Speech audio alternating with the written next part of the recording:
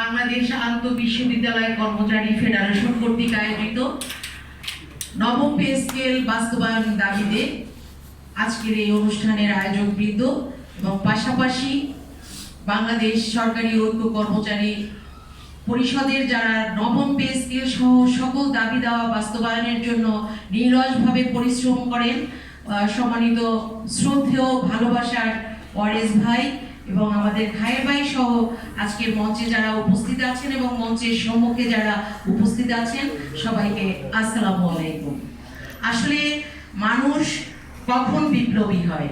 যখন দীর্ঘদিনের বৈষম্য, দীর্ঘদিনের জাতাকল থেকে মুক্তির জন্যই কিন্তু মানুষ বারবার প্রতিবাদী হয়, আন্দোলন করে, রাজপথে নামে। রাজপথে কখনো মানুষ নিজের শখ পূরণের জন্য নামে না। তো আমি গতকাল থেকে দেখছি আমাদের একজন সম্মানিত সুশীল, যিনি সিপিডির ডক্টর ফাহমিদা খাতুন।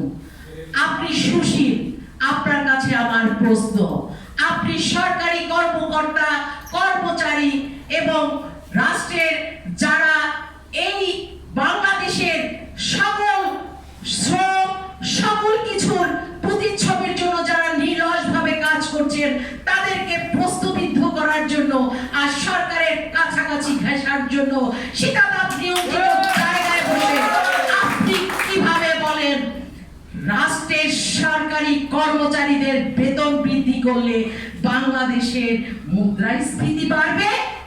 আপনার কাছে আমার প্রশ্ন, গত 10 বছরে যখন বেতন বৃদ্ধি হয়নি, তাই বলে কি মূল্যস্ফীতি থেমেছিল?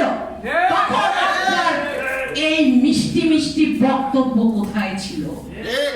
ডক্টর ফাহমিদা খাতুন, কোটি কোটি টাকা পাচারকারীদের বিরুদ্ধে আপনার ভূমিকা কি শীতাতাপ নিয়ন্ত্রিত রুমে বসে? গত ইন্টারিম সরকারের আমলে দেখেছি আপনার মতন সুশীলরা এদেশের রাষ্ট্র পরিচালনার নামে, সংস্কারের নামে মেকআপ বক্সে নিজেদের চেহারার রূপ পরিবর্তন করেছে। সুন্দর সুন্দর শাড়ি পরে, সুন্দর সুন্দর প্যাকেট করে রাষ্ট্রের কোষাগার খালি করেছে।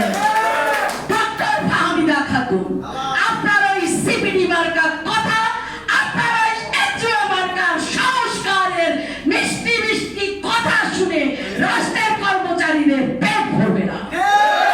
ডক্টর ফাহমিদা খাতুন, আপনার এই বক্তব্যের তীব্র প্রতিবাদ জানাই। আজকের মধ্যে আপনার এই বক্তব্য তুলে ধরবেন। রাষ্ট্রের কর্ণধার জনাব তারেক রহমান সাহেব কিন্তু এখন বুঝে যান কে তেল মাজেন আর কে তেল মর্দন করেন, শেষে কে পাশ দিবেন। তিনি এখন পরিপক্ক। আমি কিন্তু তাকে তেল দেওয়ার জন্য বলছি না, তার আচরণিক গুণাবলীর বহিঃপ্রকাশ থেকে আমি আমার অভিব্যক্তি প্রকাশ করলাম। ডক্টর ফাহমিদা খাতুন, আপনার কাছে আমার জানতে চাওয়া, আপনাদের নিজস্ব বার্ষিক রিপোর্ট অনুযায়ী মাত্র ৭৮ জনের বেতন ভাতা ব্যয় হয় বার্ষিক ৮ কোটি টাকা। সেই ৮ কোটি টাকার বিনিময়ে আপনি বাংলাদেশের জন্য কি করেন, কি সেবা দেন?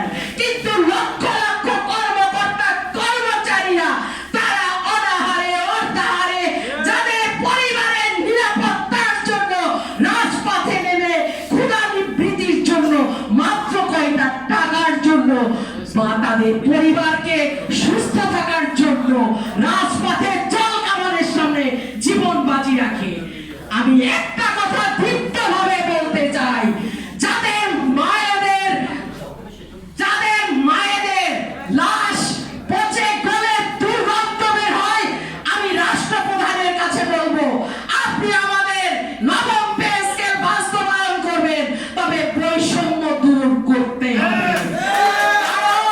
যে আপনি খেয়াল করে দেখবেন রাষ্ট্রের কর্মকর্তা, কর্মচারীরা যারা প্রমুখ থাকে, তারা তাদের মায়ের চিকিৎসা করে মায়ের টাকা দিয়ে। আর যাদের বেতন আপনারা বৃদ্ধি করতে চান আমাদের বৈষম্য নিরসন করে, তাদের মায়েদের লাশ 7 দিন ঘরের মধ্যে পচে গলে থাকে। সম্মানিত সহযোদ্ধা ভাই ও বোনেরা, আপনাদেরকে বলবো যত শাস্তি হোক, যত কষাঘাত হোক, বুকের যতটুকু সাহস আছে ওয়ারেস ভাইকে থেকে জীবন বিপন্ন করে হলো নবম পে স্কেল বাস্তবায়নের জন্য সহযোগিতা করবো। আসসালামু আলাইকুম। ধন্যবাদ আমাদের সংগ্রামী নেত্রী আপুকে। এখন আমাদের